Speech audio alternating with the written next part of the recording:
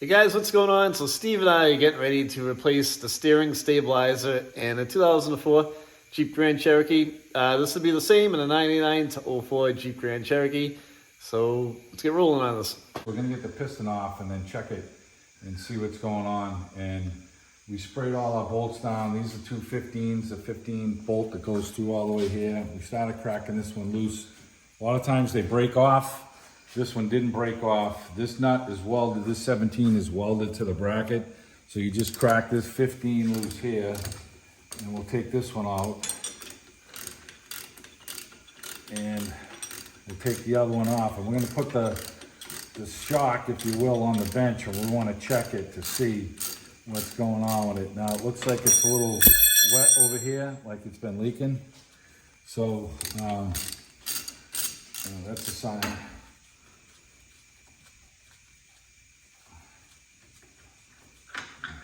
Bolt out.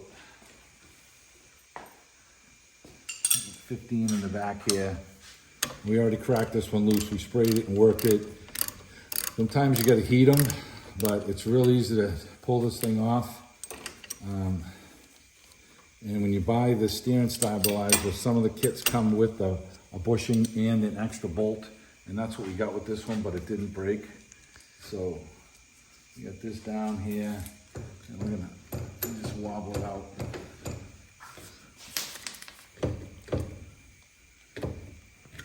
All right. So when you're checking this thing, a lot of times these things just get to a spot where they just push down and they either bind up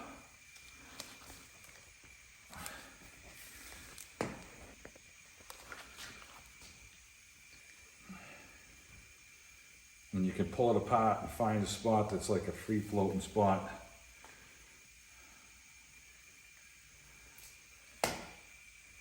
It seems to be hard. We checked the front end on this thing. It's got a new track bar. The bushings are all new up here. And there's gotta be something going on with this thing. So it can either seize up, but this one was leaking out of the front of it over here. So we know we got an issue with it. But I've had a lot of them where you're pushing down on and all of a sudden they just shoot right down, and that really is a bad one. So this one's leaking, we're changing it, and we'll get the new one ready to go on. So we got our new shock, and it's really difficult to pull it out, so we know it's that much tighter than the original. Comes with a sleeve. We'll put the sleeve in, press it down, and if it doesn't push down, we'll just put it in the vise. And it's going down slow. Then we'll stick it in the vise, press it on. We'll put a socket on the back side, we'll press this thing in. So we'll see if it'll press in.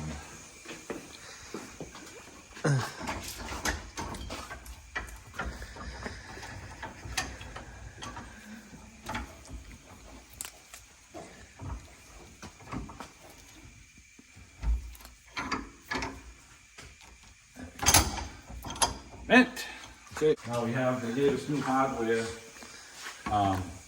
Our old hardware had a spacer on it. And this new one is set up a little different. We want to see how it's tracking. And the bolt that goes through here is our original bolt, which was longer. And it had the spacer, and I kind of like the spacer setup on it. So I think we're gonna go with the original hardware with the spacer. Get this in here, get that on. We got our original hardware now. I'm just using the new washer with the kit. And these pistons fit multiple different vehicles, so this is a different way to do it, but this is the original OEM because this bolt goes through the tie rod. So we're going to reuse this original one right now. Back up in place in here.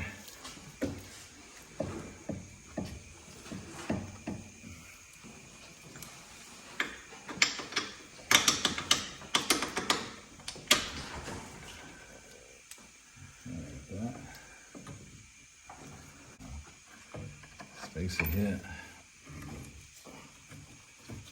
See, it lines up with on the sleeve. I kind of like this longer bolt better. I like this setup better, this original. All we gotta do is tighten up these two 15s now. Tighten up this 15.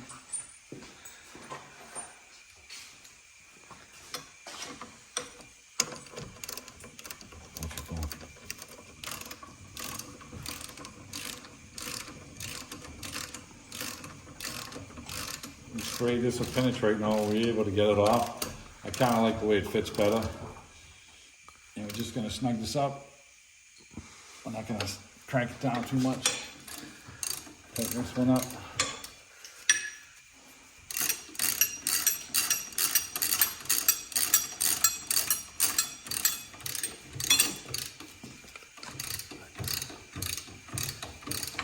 Like I said, the 17 is welded down here.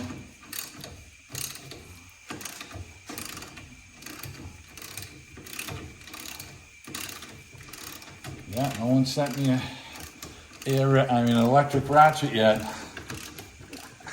Maybe they will. Yeah. All right, we're going old school. All right, so we're just gonna snug this up.